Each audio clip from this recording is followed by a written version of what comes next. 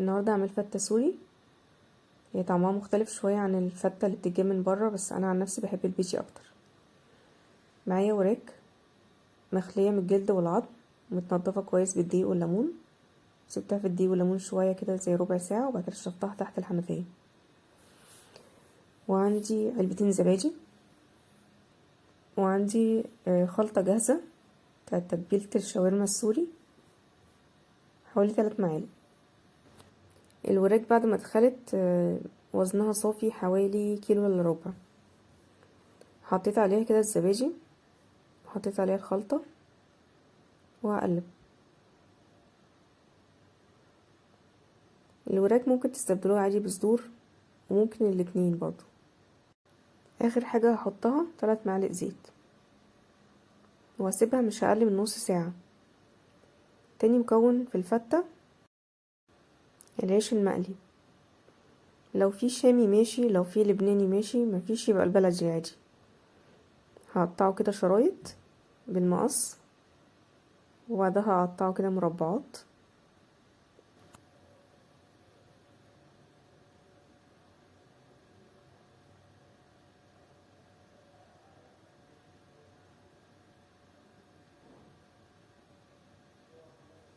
ودلوقتي هبتدي اقليه. معايا كده طاسة على النار وفيها زيت غزير، هستناه يسخن وبعدين هحط فيه العيش وهقلبه. هيقعد على النار حوالي 4 دقايق.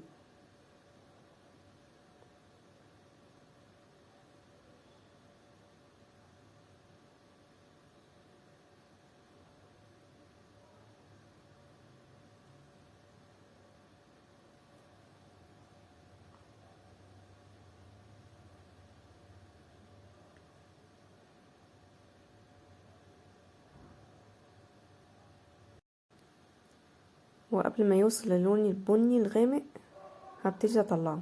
هطفي النار وابتدي اطلعه، هصفيه كويس كده. كده العيش عندي جاهز. هبتدي اعمل الرز. معايا حلة فيها زيت وعليها معلقة سمنة،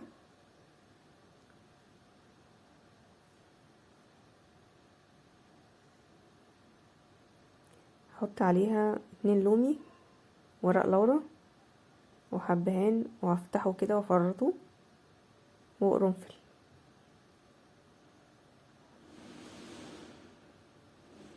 هنزل عليه بكوبايتين رز بسمتي مغسول كويس ومنقوع نص ساعة ومتصفي.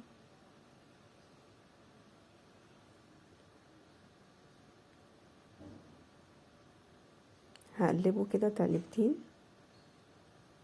وبعدين هنزل عليه باقي البهارات.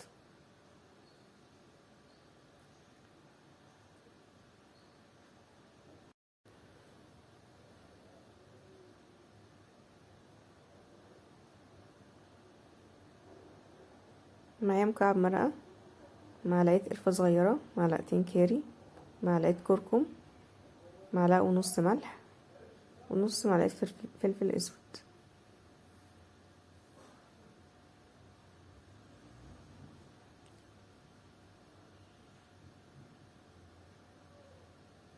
لما بحط مرقة في الاكل بعمل حساب ان فيه مثلا زي نص معلقة ملح بتتشال. يعني لو مفيش مرقة انا هحط معلقتين ملح مش معلقة ونص. وبعد كده هنزل عليه بمية بتغلي، وهزود المية عن مقدار المية بتاع الرز العادي المصري. يعني لو كوباية الرز المصري بتاخد كوباية وربع مية، لا البسمتي هياخد كوبايتين.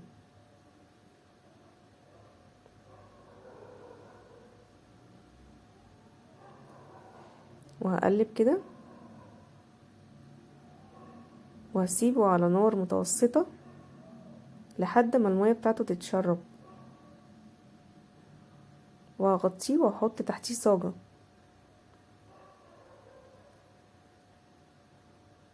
قعد يغلي اهو دقيقتين 3 والمية اتشربت.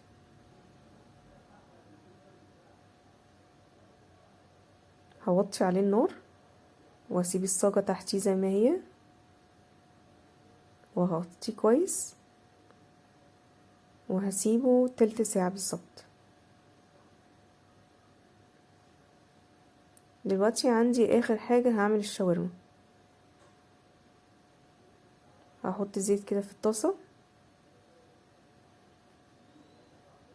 وهنزل ببصلاية متوسطة متقطعة جوانح،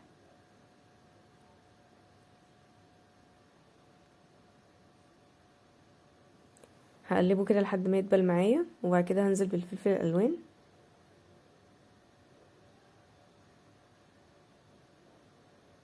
دي فلفلاية صغيرة حمرا وفلفلاية صغيرة صفرا.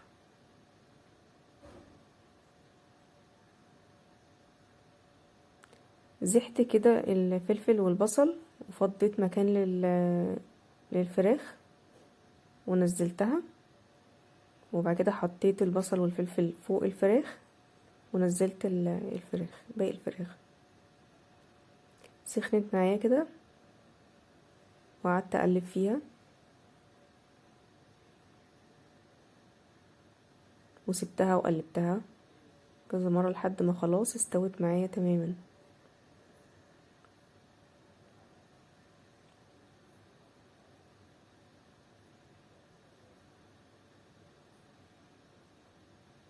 الخلطة اللي انا مستخدماها كان فيها ملح كتير، فانا ما حطيتش خالص على الفراخ ملح خالص. فانتوا دوقوا الخلطة الاول قبل ما تحطوها، لقيتوه ملحها زيادة ما تحطوش ملح.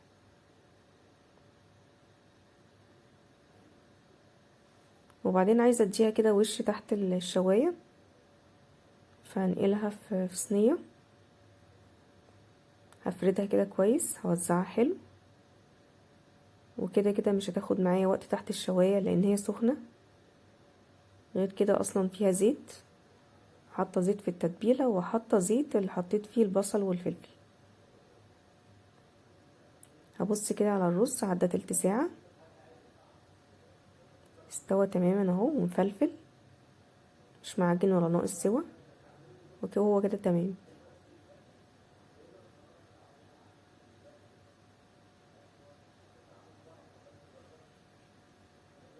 ودي الفراخ بعد ما طلعتها من تحت الشوايه.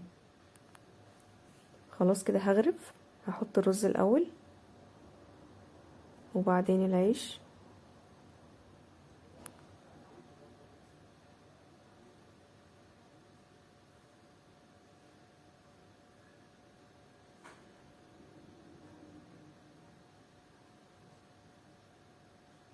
وبعد كده هحط التوميه. التوميه انا عامله لها فيديو منفصل.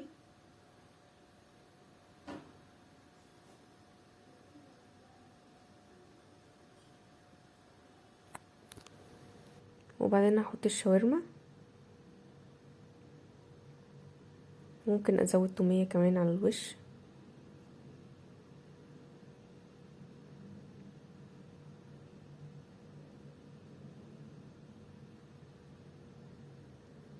وبس كده.